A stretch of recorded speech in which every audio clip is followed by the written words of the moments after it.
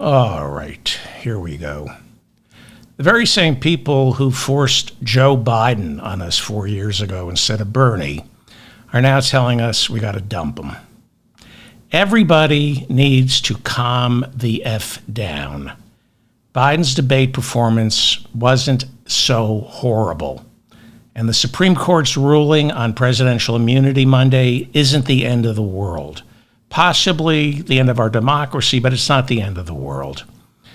I told you the court would kick it back down to the lower courts for clarification to buy Trump time. That's exactly what happened yesterday. And as I've said countless times since Trump was convicted in May, I don't want him going on trial anymore before Election Day. Trials give Trump a bump in the polls. I want him running on the issues, not as just another aggrieved white male trying to convince low information voters that he's a victim of America's two-tier justice system. I'm going to talk about the Supreme Court ruling on today's show, and I'm also going to be talking about calls for Joe Biden to step aside. I'm going to remind all of you to calm the F down. This isn't our first presidential election. This isn't our first national crisis. Let's go to the map. Look at the map. This is my security blanket. I built this map a month ago. It's an electoral map of the continental United States, okay? And here in America, you do not win the presidency by winning debates or by winning the popular vote. Trump proved that back in 2016. You win the presidency by winning the Electoral College. Now look, I'm going to go big here if I can. I want you to look at this, okay? This is the Electoral College map that I created. Alaska isn't here, nor is Hawaii. Just remember, Alaska is red, Hawaii is blue. And that's not going to change, okay? Nothing is going to change Alaska from being red or Hawaii from being blue. I have catastrophized for you. I have given everything imaginable to Donald Trump. This is the catastrophe map that I hold with me as I try to fall asleep.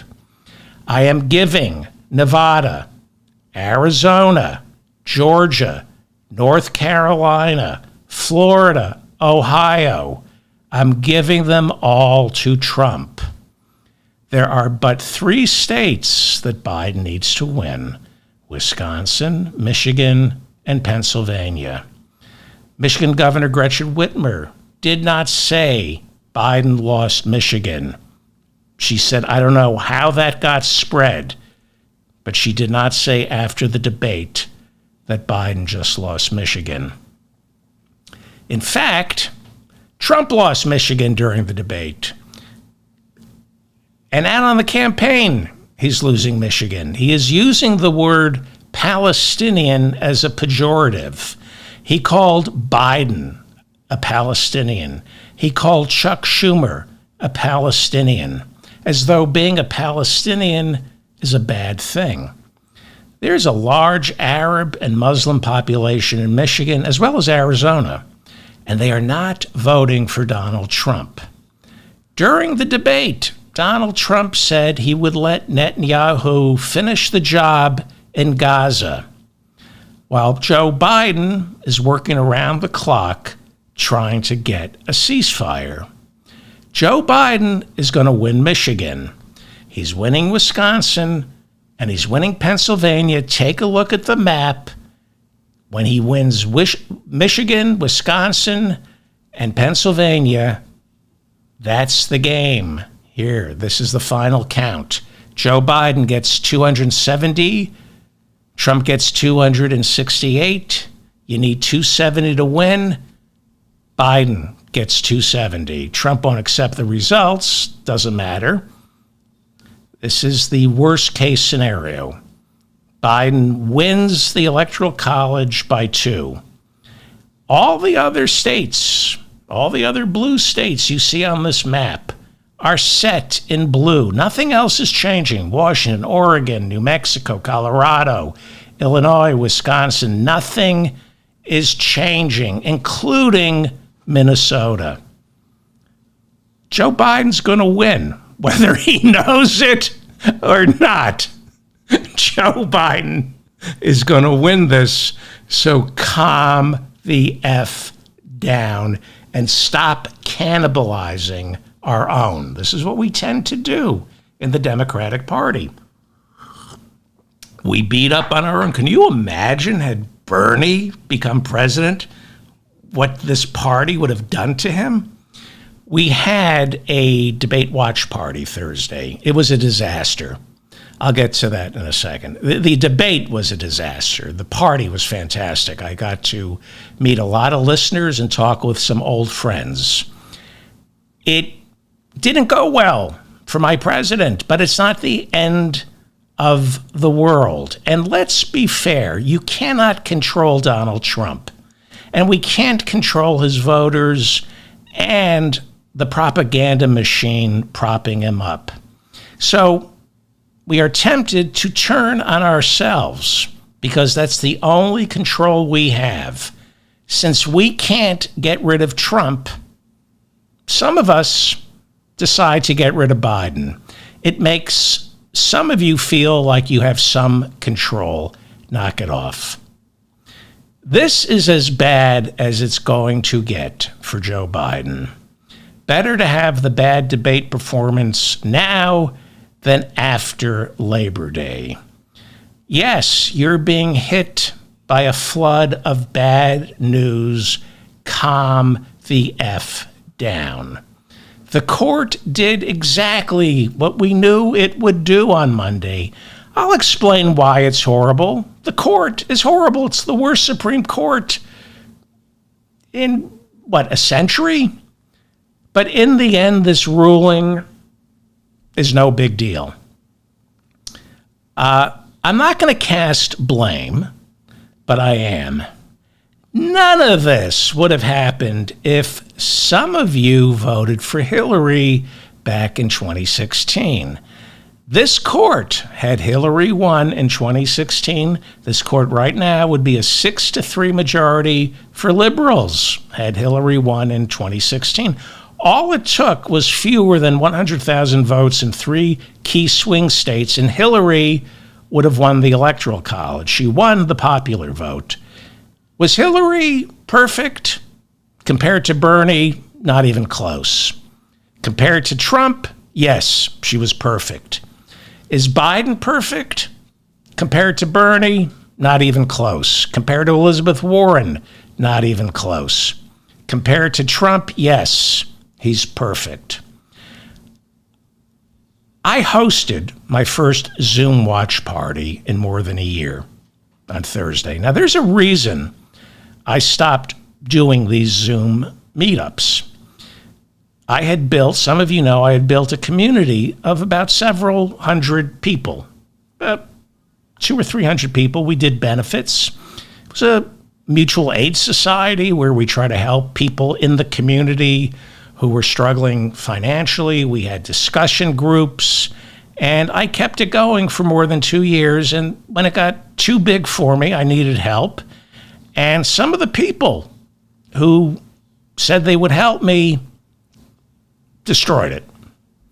It's what human beings do. They destroy things if they can't control it.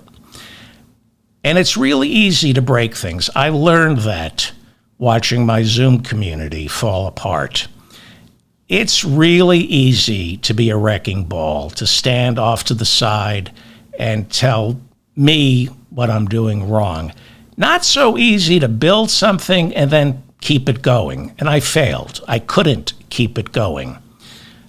So I have some sympathy for Joe Biden. He's trying to keep a community of Democrats together, and it's next to impossible. 'They feast on one another, as do the Republicans.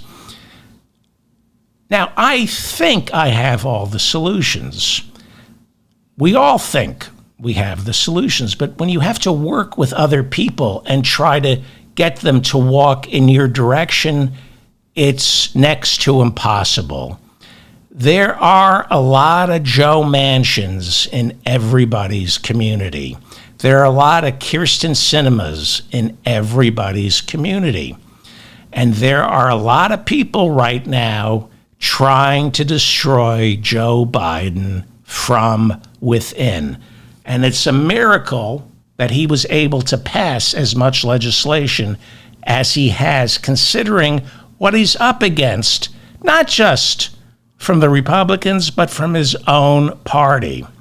Later on, I'll explain why it's okay to have a president who has his good days and his bad days. The system is designed specifically for a president, an older president, who has his good days and his bad days. There's not going to be a Katrina. There's not going to be a financial collapse or a 9/11 on Joe Biden's watch. It's just not going to happen. Awake, asleep, senile, fully functional, it's not going to happen. Joe Biden can be in half a coma, and the executive branch under him will run smoothly because Democrats, despite all their problems, bring competence to governance. Not necessarily competence to politics, but when you get them elected, when you put them in the White House, they bring competence. Clinton, Obama, Biden, highly problematic. They do a lot of favors for Wall Street and the corporate donor class, but they prevent disasters. And when natural disasters occur, they're on it immediately. So calm the F down, everybody. Biden, I don't think, is quitting. Now, maybe if his poll numbers tank, which I don't think is going to happen unless his poll numbers tank within the next month by August 1st, I don't think he's going anywhere, and he doesn't need to. We just need to get on board and get him elected. We have a vice president, Kamala Harris, who will be fine if, God forbid, Joe is reelected and has to resign or worse. Charles de Gaulle famously said our cemeteries are filled with indispensable men. Nobody's indispensable. We can swap Joe out for Vice President Harris after he's reelected. She'll be no different from Joe Biden, Clinton, or Obama, and quite frankly, that's the problem. The other issue I have in swapping Biden for Kamala Harris right now is I think Trump might have an easy time beating her. I'm not sure. I say, unless Joe's poll numbers tank, keep him on the ticket. I'll go over this and the Supreme Court ruling, but first, this is the mop-up for July 2nd, 2024. I'm David Feldman in New York City. Thank you for finding me. Please hit the like button so I remain in your feed, and hit the notifications bell so you always know when I'm going live or when there's a new episode. Yes, I'm drinking coffee. If you would like a transcript of today's episode, go to shopdavidfeldman.com. The transcripts are made possible by the, let's just call them idiots. I'm going to be kind here and just call them idiots who buy garbage over at shopdavidfeldman.com, like this Rudy Giuliani mugshot coffee mug. This is my big get-rich-quick scheme. Rudy Giuliani, his mugshot on a coffee mug. It's Rudy's coffee mugshot. Some of you bought that. Or this Donald Trump mugshot coffee mug. I'm going to get rich, I'm telling you. I've already sold, I think, 4 of these. I'm also selling this, the Still a Democrat t-shirt. It's a heart that's been wounded, the Still a Democrat coffee mug, and of course my Made in Los Estados Unidos coffee mug. Thanks to all of you foolish enough to waste your money on worthless garbage over at shopdavidfeldman.com. There are plenty of freebies over there. Of course, the transcripts. There's a Harvard diploma. And don't forget to subscribe while you're over there to my newsletter. We had a Zoom watch party on Thursday to watch the debate. Thank you to everyone who showed up. Now, I only pay for a Zoom room that holds 500. I didn't think we would max out. I never maxed out before. We did Thursday night. And some of you who paid the registration fee, some of you couldn't get in. And I think I have reimbursed everyone who paid to get in and then couldn't. I am really sorry about this. If you paid the registration fee and then tried to join, but you couldn't, please let me know. I think I've reimbursed everybody. If you couldn't get in, but you paid the registration fee, you received a confirmation email right after you signed up. Please contact us via the email provided in that confirmation email so we can issue a refund. Again, I am sorry. I didn't think we were going to. I've never maxed out that room before. And I had a great time, got to meet some of the listeners. It was a depressing evening watching Joe Biden under the weather. But it was comforting to watch it with other people and then grouse afterwards. So, calm the F down. Let me assure you, nobody on our side is rolling over and allowing Trump or his ill-bred punks to take over this country. And even should the impossible, the unthinkable happen, and somehow Trump steals back the presidency, this country is filled with millions and millions and millions of Americans who are going to fight. We're going to fight for our country. You're not alone. If you're worried about Donald Trump winning, you're not alone. It might feel that way because we've been so atomized off in our own little echo chamber. We feel we're the only ones who are scared, paralyzed. But you're not alone. There are millions and millions who are going to fight for this country the same way we did during the 4 years of Donald Trump's first term. For example, Trump's old campaign manager, Steve Bannon, reported to a Danbury, Connecticut federal prison yesterday. He, along with Trump's White House economic advisor, Peter Navarro, were sentenced to 4 months in prison after being convicted of contempt of Congress for their refusal to testify before the January 6 committee. Bannon on Monday held a press conference where he tried to compare himself to Ring Lardner Jr. This is a picture of Ring Lardner's father, who was a sports reporter, but Ring Lardner Jr. also served in the very same prison Bannon is in tonight. He served in it back in the 50s for contempt of Congress, just like Steve Bannon. Ring Lardner Jr. was one of the Hollywood 10 blacklisted Hollywood writers with heavily leftist views who at one time were communist sympathizers, perhaps, and they refused to answer questions before the House Un-American Activities Committee. Ring Lardner Jr. refused to name names. He refused to tell the committee of anybody he knew who, like himself, might have once been a communist sympathizer. And for that, he served a full year in prison for contempt of Congress. He served that year in the very same federal prison Steve Bannon is in this morning. And Bannon had the audacity, before he went into prison, to hold a press conference where he compared himself to Ring Lardner Jr. Steve Bannon is a fascist. Ring Lardner Jr.'s brother died in 1938 fighting fascists in Spain. And we are fighting fascists. Steve Bannon is one of them.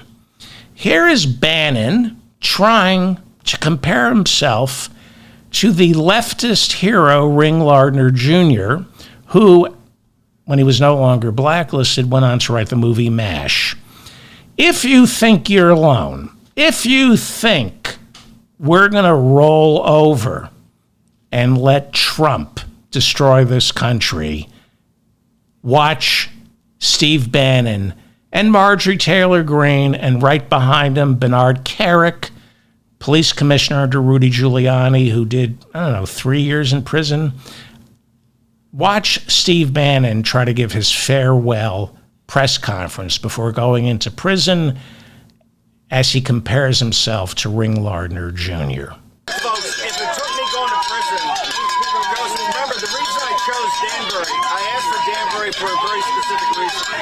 Back in the only other person that's ever been sent to prison for a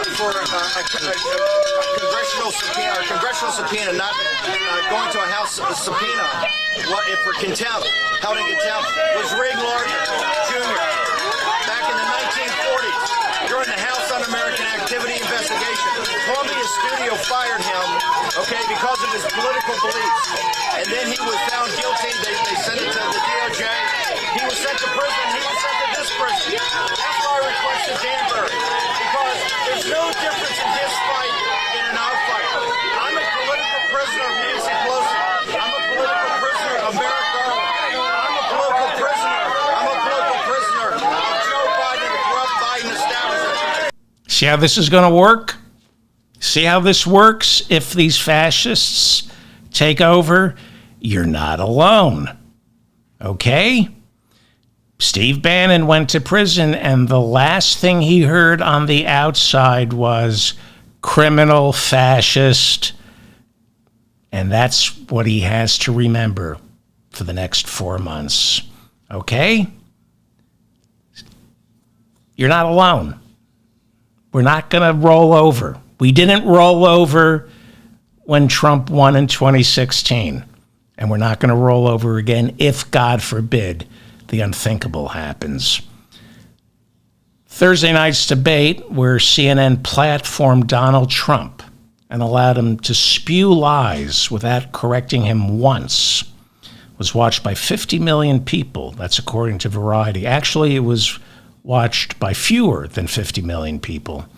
Jake Tapper and Anderson Cooper over at CNN spent yesterday defending CNN's decision not to fact-check Trump's hundreds of lies. Because why would you expect a news organization to check facts?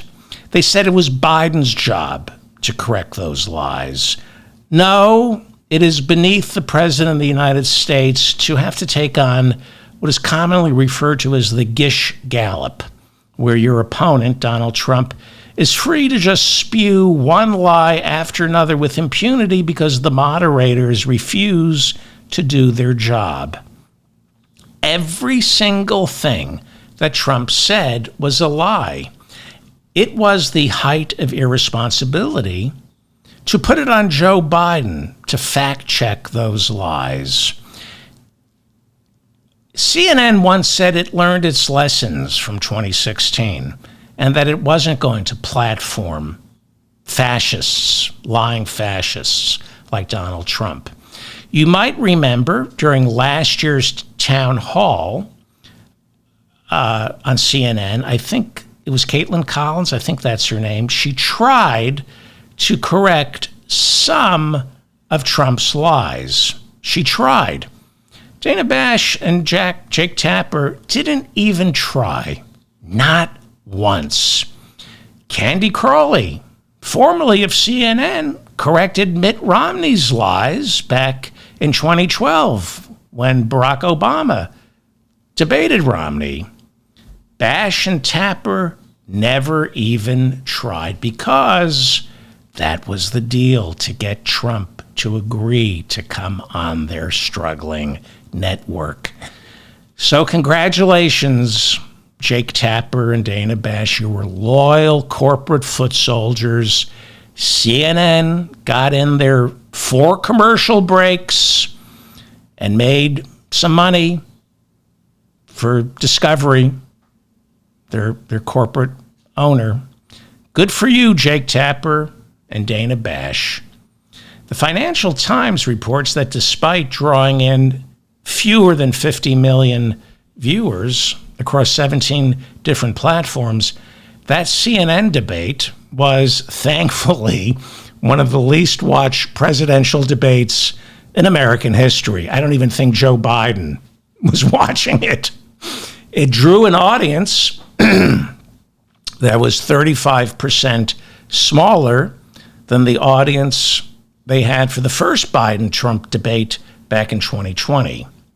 It was the smallest audience for a presidential debate in more than 20 years. How's it going to move the polls? We'll see. I'll have some polling for you in a few minutes.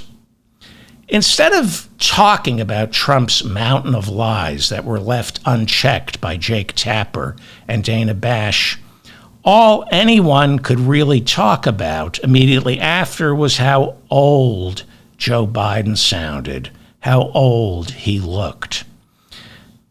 Nobody talked about Donald Trump threatening to lock up his opponents.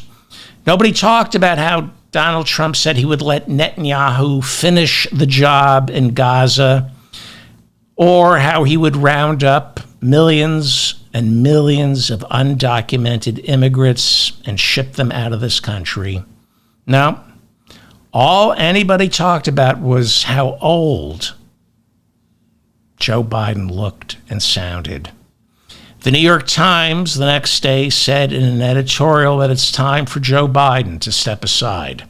That is the official editorial policy now of the New York Times, that based on Joe Biden's one performance, he needs to step aside. The Atlanta Journal-Constitution pretty much wrote the same thing, as did The Economist, which said Biden should yield to a younger candidate. David Remnick, the publisher of The New Yorker, took to the pages of his magazine and advised Joe Biden to quit. Bob Woodward, the investigative reporter who's covered Washington since Nixon was president, called Biden's performance a political H-bomb. Everyone, immediately after the debate, needs to have an opinion. You have to have your hot take. And yet, the Supreme Court heard oral arguments on presidential immunity more than 2 months ago. They finally issued their opinion. Not a good one, but it's okay to wait a couple of weeks before you have an opinion. But Bob Woodward, The Economist, The New York Times, The New Yorker, Maureen Dowd all decided Biden has to go after one bad debate.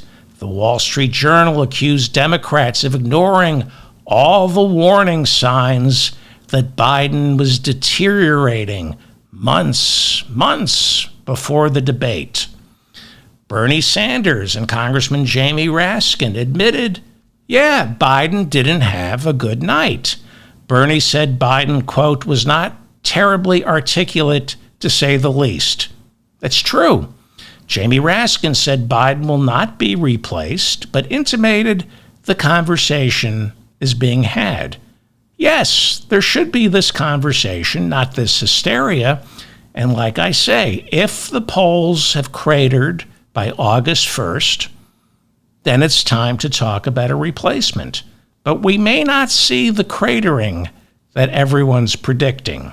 Speaker Mike Johnson immediately called on Biden's cabinet to invoke the 25th Amendment and remove him from office. And yet when Donald Trump snapped and instigated an insurrection where nearly 150 Capitol police officers were assaulted and had to go to the hospital, Mike Johnson saw no need to invoke the 25th Amendment to remove that certifiable lunatic from the Oval Office.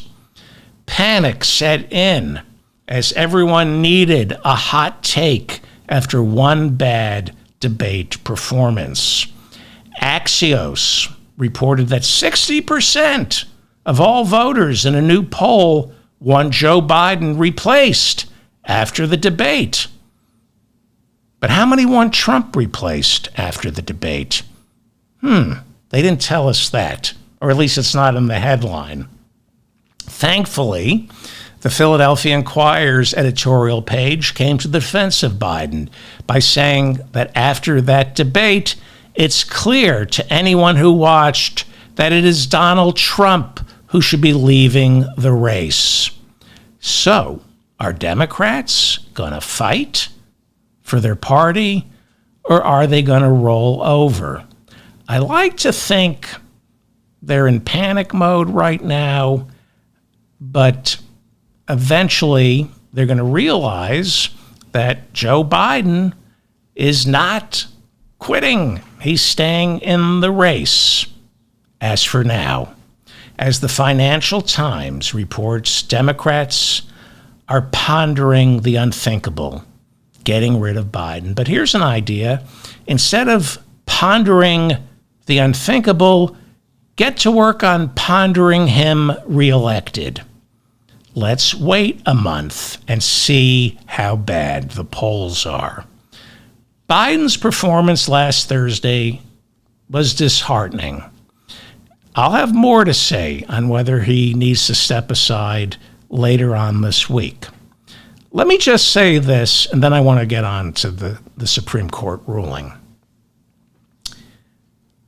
Instead of panicking, if we see, I'm going to say this again, if we see major cratering in reliable polls, then I would be open a month from now to replacing him. But short of that, I'm not sure replacing Joe Biden is the answer. The problem isn't Joe Biden. The problem is the Democratic Party. I don't trust this party to pick someone who can be moved as far to the left as Joe Biden has been moved over the past 3.5 years. You know, we joked on this show about moving Joe Biden to the left back in 2020 and 2021 as though it was impossible. He's not a leftist, he's a corporatist, but his legislative record is left of center. He has surprised everyone because he catered to Bernie and Elizabeth Warren. He saw the rise of populism on the left and the rise of faux populism on the right, and he said, I better do something. I better appeal to the real populists, or they're going to fall once again for the fake populist, Donald Trump. Now, look, I watched the debate. I don't think Biden did all that poorly. I think a lot of people are taking out their frustration with Trump and CNN. I think they're taking it out on Joe Biden. Any reasonable person can see that Biden walked into an ambush. He wasn't debating issues. He was debating facts, lies. Most importantly, he's been a great president. Everyone is a mixed bag, and you have to take the good with the bad, and the good in Joe Biden far outweighs the bad. There is nothing good about Donald Trump. For better or worse, in sickness or in health, Joe Biden is the most successful president in my lifetime. But he's old, and that's why he's the most successful president in my lifetime. He's old. Yes, with old age. And there's no question Joe's in that phase of the life cycle. With old age comes some minor cognitive issues. You have your good days and you have your bad days. It doesn't matter because the job of president, I hate to break it to you, isn't all that important. We have a Senate, we have a House, and a horrible Supreme Court. The job of president is only important when someone dangerous like Donald Trump gets the job and runs roughshod over centuries of norms and criminal statutes. The system was set up precisely for a president like Joe Biden, not Trump. The system was set up for Joe Biden, even or especially because he's a little slow on the take. Our government isn't run by the president. It's not supposed to be run by the president. He's just a major part of it. At least that's the way it's supposed to work when you have a chief executive who obeys the law. Yes, there are disasters a president must reckon with. But does anyone think Joe Biden lacks the cognition to deal with, New Orleans about to be hit by Hurricane Katrina? You think he could handle Hurricane Katrina the way a much younger George W. Bush could not? You think Hurricane Katrina would happen on Joe Biden's watch? Do you think for a second Joe Biden wouldn't be prepared to help after a Category 4, Category 5 hurricane? Do you, for 1 second, think Joe Biden would ignore intelligence briefings about COVID? Do you think he would ignore an intelligence briefing that says Osama bin Laden is intent on attacking the United States by flying planes into buildings? You know, the way Trump ignored the COVID briefings, the way George W. Bush ignored the Al-Qaeda briefings. Do you think for 1 second Joe Biden, who stumbled and said in the debate, quote, "We finally beat Medicare," as though it was a crime against humanity that he said, "We finally beat Medicare"? Well, do you think he would cut Medicare? Do you think he would ever cut Social Security? He's already said he's not going to renew the Trump tax cuts for the wealthy. The man has a stutter, and it's getting worse. He's gotten older. Some days he's more tired than others. He had a cold Thursday night. Who cares? A presidency doesn't come down to one bad debate performance. He is the personification of competence. Biden is not going to send troops into the Middle East or Ukraine.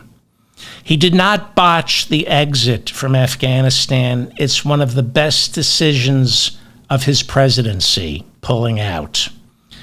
Presidents can be old, lumbering, and slow. In fact, that's a good thing. It means he surrounded himself with competent people. It's why Republicans voted to reelect Reagan, even though we now know, and most of us knew back then, Reagan was in the early stages of Alzheimer's. The world spins with or without us.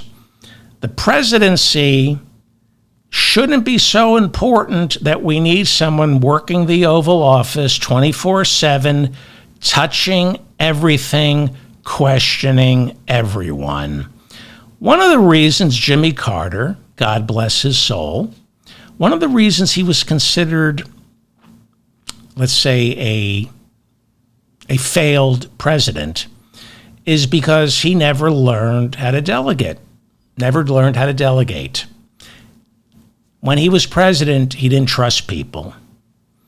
The key to running any organization is find the best people and then make sure they have what they need to be their best. You do not want a frantic commander-in-chief. That's who Donald Trump was, a frantic commander-in-chief who thrived on chaos. He created chaos and thrived on it.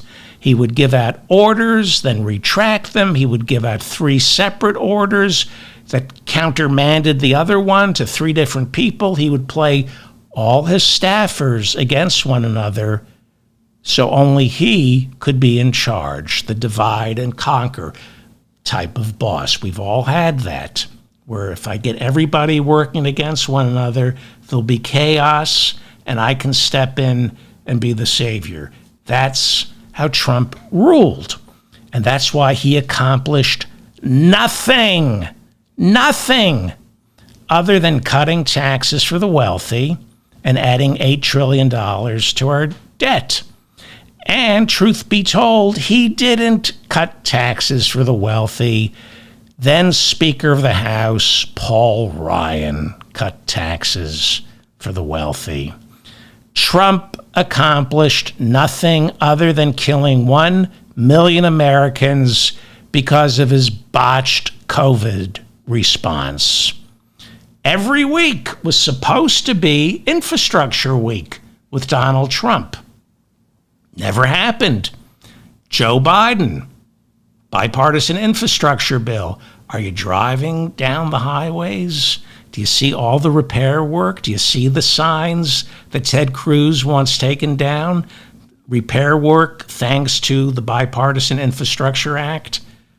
This is just one of many signature pieces of legislation that Joe Biden, in his senescence, has been able to pass.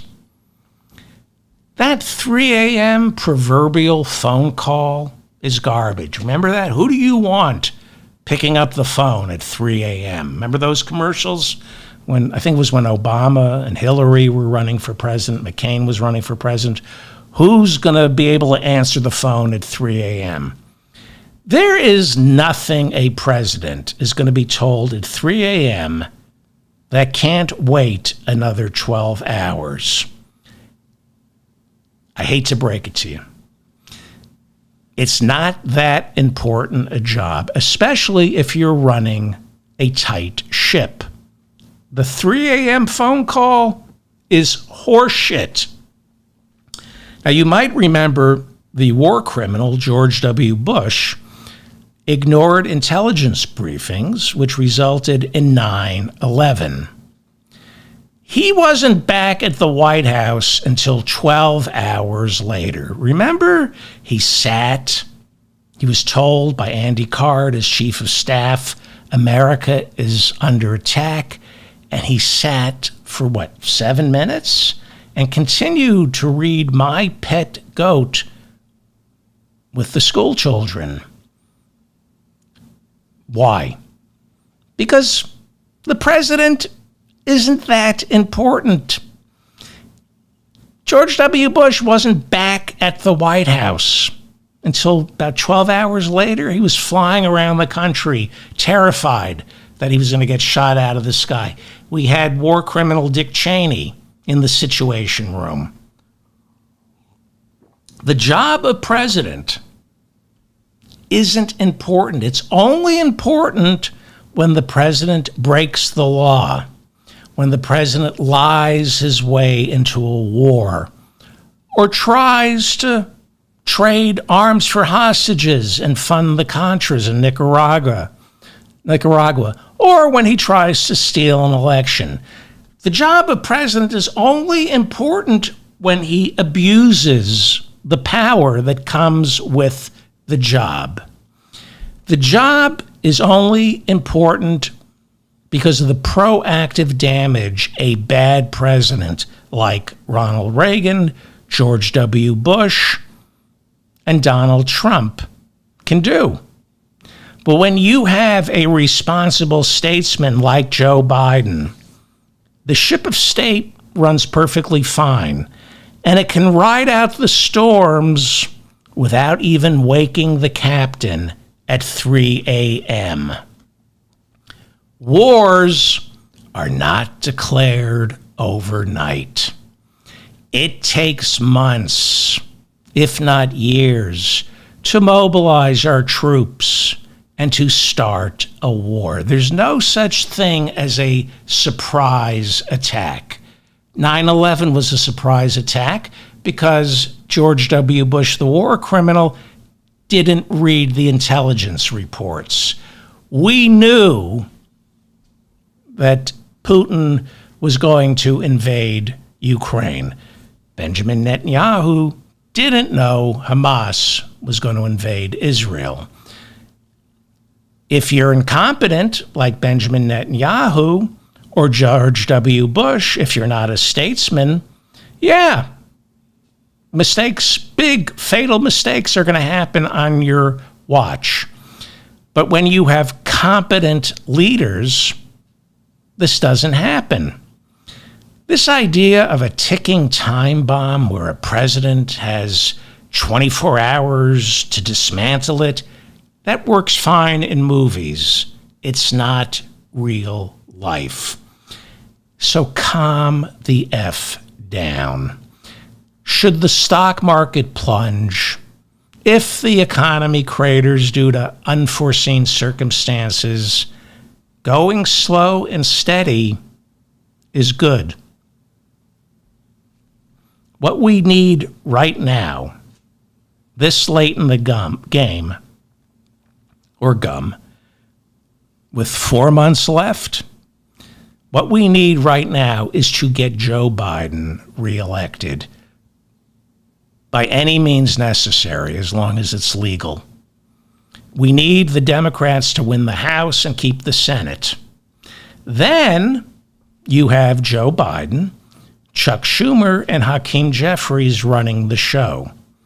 Should we win the White House and both houses of Congress, then Joe Biden will be 1/3 of our government. We will be ruled by there's the Supreme Court, but we will be essentially ruled by a triumvirate: Biden, Jeffries, and Schumer. And that's exactly what our founding fathers intended. Look, I wanted Bernie.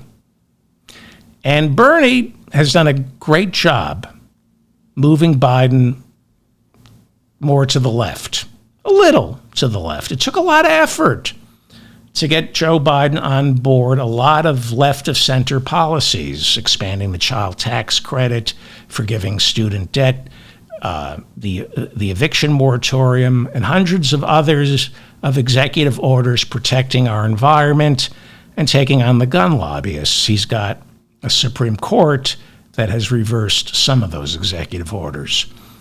There's only so much a president can accomplish when you've got a House of Representatives, a Supreme Court, and the American people who aren't completely on board all your policies.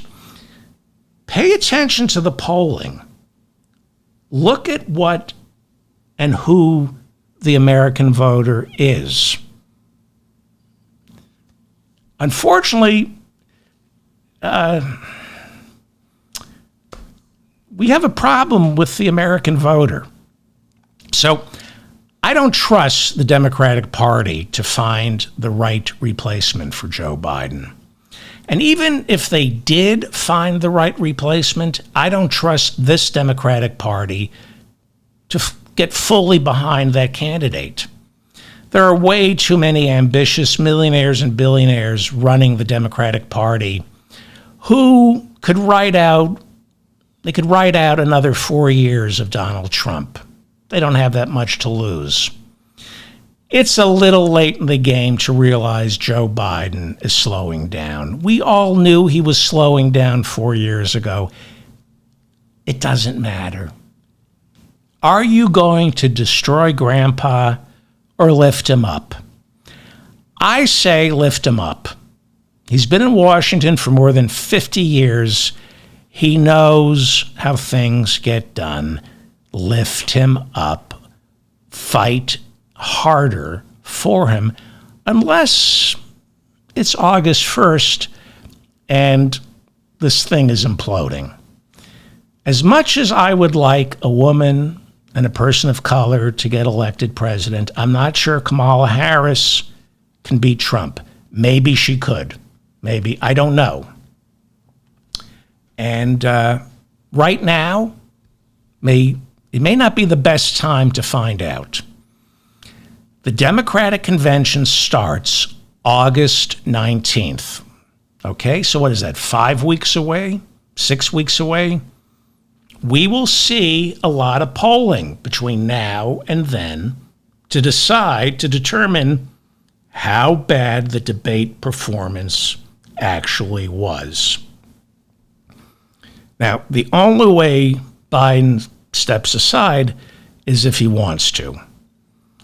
There really is no mechanism in place to remove him. There is, but they're not going to employ it.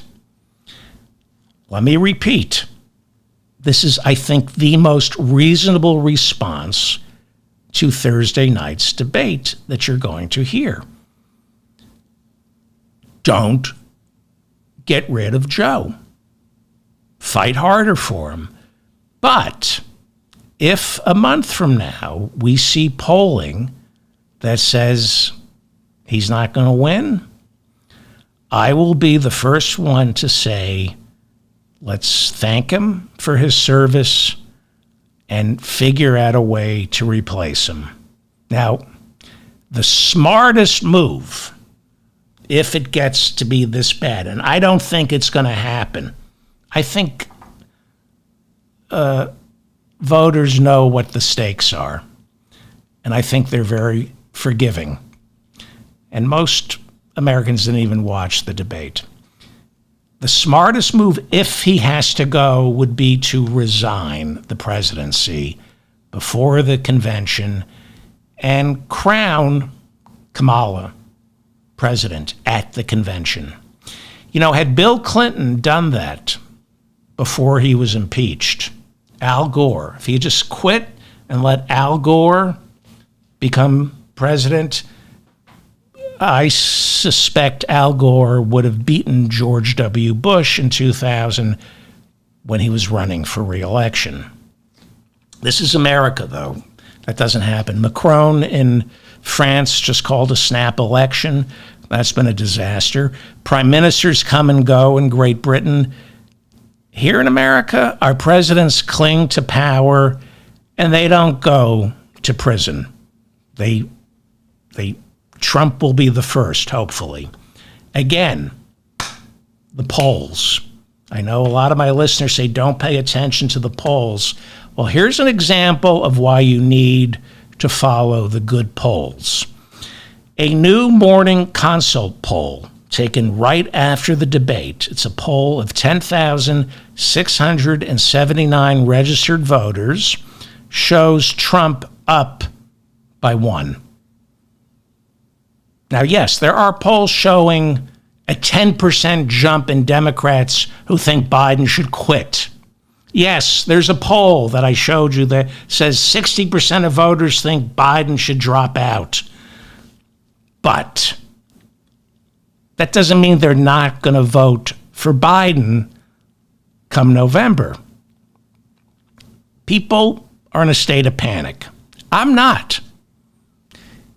Should Biden stay in, and I'm pretty confident he will, Americans will settle down, realize this is what's being served, and we will see the polling revert to where it was before the debate. The election going into the convention in August will be a dead heat. There are a lot of horrible things Donald Trump has said since the debate. Now, Biden should hold a press conference. Biden has held the fewest number of press conferences of any president since Ronald Reagan. Well, Reagan and Biden both had staffs that try to protect them from public gaffes. What Joe Biden needs to do right now is hold a 90-minute, 2-hour press conference without a teleprompter. Now, the speech he gave the next day after the debate was great, but it wasn't the old Joe. Let's stop kidding ourselves. It's not that difficult to deliver a speech. Yes, the State of the Union was great, and he ad-libbed and he took on the hecklers. No president at any State of the Union in modern American history has been as disrespected as Joe Biden has been at these State of the Unions. And he's done great, but these are speeches. So he should do a press conference, a free-for-all. Go 90 minutes, 2 hours, toe-to-toe with the press. Show us what you got. And then, should the polls continue to tank, I think he needs to be told to go. But only if the polls are tanking. Joe Biden is who Donald Trump wants to run against. On his last radio show, Steve Bannon, before going to prison, said the worst thing that could happen to Donald Trump is they replace Biden with a younger candidate. A month from now, if it looks like Michigan, Wisconsin, and Pennsylvania are going to Trump, and I don't think we're going to see those polls, then the Democrats are going to have to call on Biden to step down as the nominee. And I can see him or Jill getting there if the polls are disastrous. I don't think that's happening. I don't, what's in my mouth? Why is there cat fur in my mouth? I don't have a cat. I don't see that happening. I think he's going to bounce back. I think the polls are going to surprise us.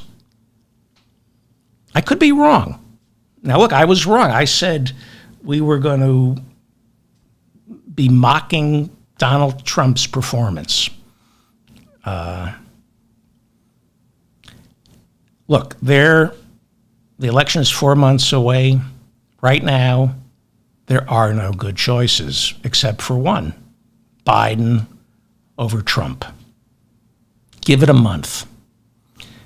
The Supreme Court on Monday ruled former presidents are entitled to some immunity from prosecution for crimes they committed while serving in the Oval Office. This decision delays the special counsel Jack Smith's election interference prosecution of Donald Trump until after the November election, with the Supreme Court Monday remanding the case, sending the case back down to the lower courts for clarification, as I said they would. The news coming out of the Supreme Court on Monday was not as bad as it appears. I remain optimistic. Yes, Trump's criminal trial is most definitely delayed until after November. But that's a good thing. We saw from the Manhattan criminal trial, throughout the month of May, as that trial was going on, Trump got a significant bump in the polls, and his campaign contributions skyrocketed because he was perceived as the martyr.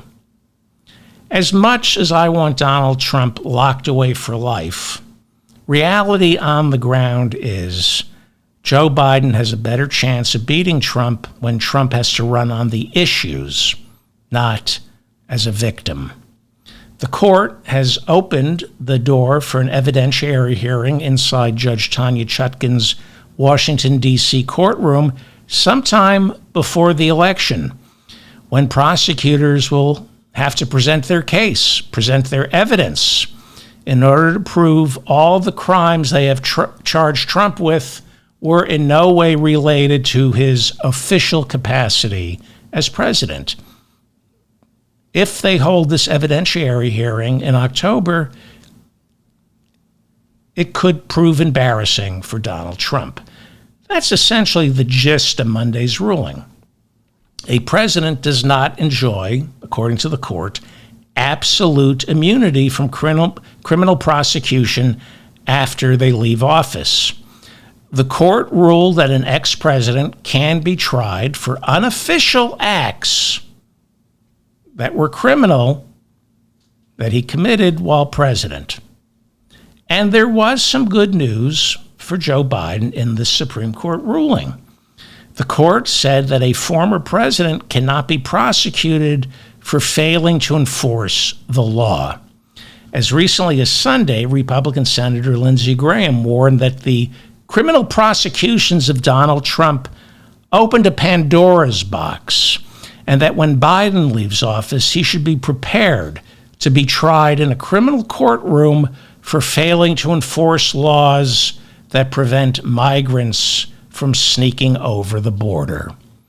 But John Roberts, the Chief Justice, in the ruling, made such an indictment impossible. In his ruling, Roberts wrote, quote, "Virtually every president is criticized for insufficiently enforcing some aspect of federal law, such as drug, gun, immigration, or environmental laws. An enterprising prosecutor in a new administration may assert that a previous president violated that broad statute. Without immunity, such types of prosecutions of ex-presidents would quickly become routine," unquote. The court officially rebuffed Trump's argument that a former president can only be tried in a criminal court if he has first been impeached by Congress and then convicted by the Senate. You might remember that Trump's attorneys during oral arguments maintained that even if a former president led a coup against the government or ordered SEAL Team 6 to murder his political opponent, the only way you could hold the former president criminally accountable is if he is first removed from office by the Senate following an impeachment. Look, there's a lot of stuff in Monday's ruling that we already knew. Former presidents can't be tried for crimes committed in their official capacity as president. We knew that. We knew that they couldn't be tried for any crimes they committed in their official capacity as president, and we knew the court was going to remind us of that. It's not the end of the world. Again, it's a good thing that Trump isn't going on trial again before the election. If he were to go on trial and then win the election, partly because he was on trial, I think if he goes on trial, it'll help him win the election, he could then pardon himself. It's supposedly unclear as to whether a president can pardon himself.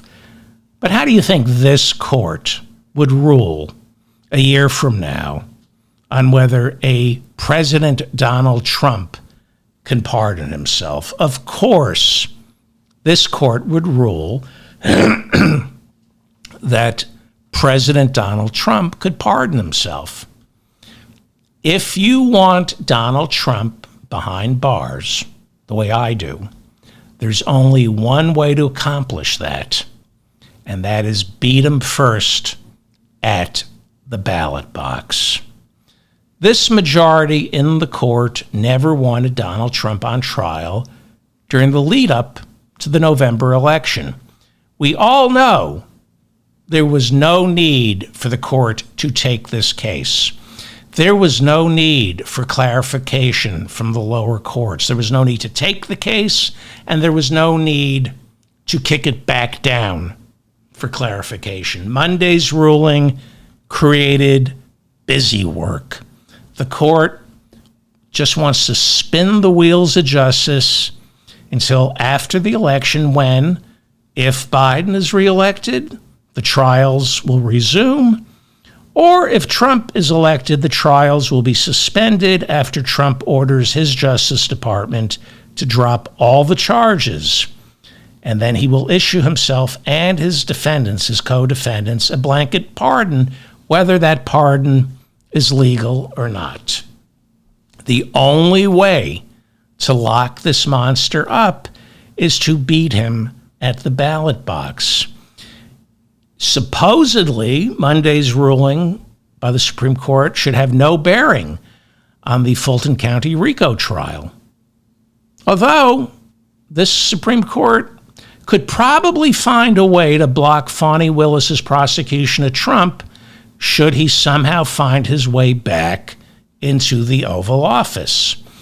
I wouldn't be surprised if this court found a way to allow a sitting president, if it's Donald Trump, to pardon himself for a state or local crime, even though his pardon power currently does not extend beyond the federal courts. Nothing is below this Supreme Court when it comes to protecting Donald Trump. This court is very much capable of extending a sitting president's pardon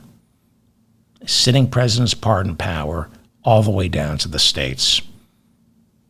You know that. So we have to beat Trump in November.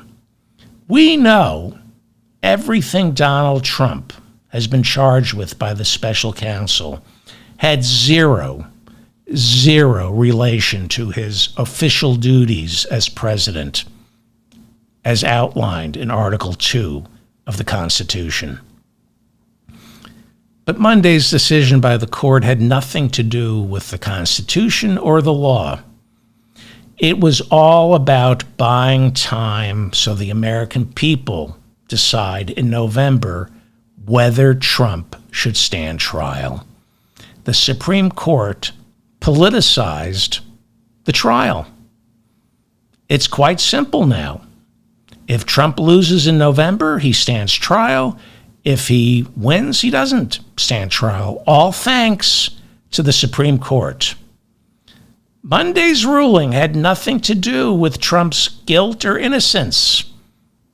This ruling is all about whether Trump should even be tried for attempting to overturn the 2020 election results. The court went out of its way before the trial even took place to rule that Trump's trial should be delayed. Under ordinary circumstances, Trump would have been tried in the lower court, and then on appeal, the Supreme Court could then rule as to whether he was unfairly prosecuted for criminal acts committed while carrying on his official presidential duties. It's rare for the Supreme Court to issue a ruling a priori before the trial even takes place. Last month, the court issued, this is an example of how the court normally works. Last month, the court issued a ruling that tossed out the convictions of about 300 January 6ers. And that doesn't mean those 300 January 6ers are going to be released. A lot of them are serving time on other charges as well. The Supreme Court ruled last week that the Justice Department applied the wrong criminal statute when they prosecuted some of these insurrectionists, charging them with obstructing a government proceeding. The court ruled that it was wrong for Jack Smith's special counsel to prosecute them using the statute charging them with obstructing a government proceeding. And part of Jack Smith's prosecution of Trump applies that same statute. And now that part of Trump's indictment has to be thrown out. But the court waited until after the trial of these 300 some odd January 6ers. They waited for the appeals process to wend its way through the system before they decided on whether the January 6ers were unfairly convicted of obstructing a government proceeding. The court didn't stop the trial and hold hearings as to whether the trial should take place, which is exactly what the Supreme Court has done by taking this presidential immunity case. The court is essentially forbidding the people from having their day in court, or at least from having their day in court until after November, when the people reelect Joe Biden, and then, and only then, can the people prosecute Donald Trump. Monday's ruling was the court playing for time. It's why they waited until the last possible day to issue their ruling. And again, as far as winning elections go, I'm not so sure it's a bad thing. This is the mop-up for July 2nd, 2024. I'm David Feldman in New York. Thank you for finding me. And again, if you registered for my debate watch party and you couldn't get in, but you paid for it, please contact me using the email provided in your confirmation email, and I will reimburse you. Okay. I wanted to go over a couple of more things. Let me see. Let me go back to the court ruling. All right. How are we doing on time? All right, so let's go back. Let me just rehash where we are with this. The Supreme Court on Monday ruled that former presidents do enjoy some immunity from prosecution after they leave office, but only for crimes committed while performing their official role as chief executive. Despite arguments made by Trump's attorneys, the immunity is not absolute. But the court did rule that Trump cannot be tried for any crimes he may have committed when he urged officials in his Justice Department to promote the lie of election fraud. The court ruled that ex-presidents cannot be tried after leaving office for failing to enforce statutes on the books regarding immigration, guns, and drugs. That was a direct blow to Republicans like Lindsey Graham, who on Sunday warned that Joe Biden might be subject to indictment over his border policies after he leaves office. I'm just summing up what the ruling is, and then I'm going to end the show. The court asked the lower court for clarification as to whether Trump's conversations with Mike Pence, urging him not to certify the election on January 6, whether those conversations are immune from prosecution. And the court also asked the lower court for clarification as to whether Trump was performing an official act as chief executive when he urged local officials to overturn the election results, or when he helped organize phony slates of electors in Georgia, Arizona, Nevada, Michigan, and Wisconsin. I'll continue on this on the next show. I think I'm going to wrap it up. I made the mistake of reading the decision. That's it. I'm David Feldman, reminding you to stay strong and protect the weak. Thank you to Bob in the chat room for keeping the conversation civil. If you liked any of this, please hit the like button, share it, subscribe to my newsletter, and to be continued. Thank you.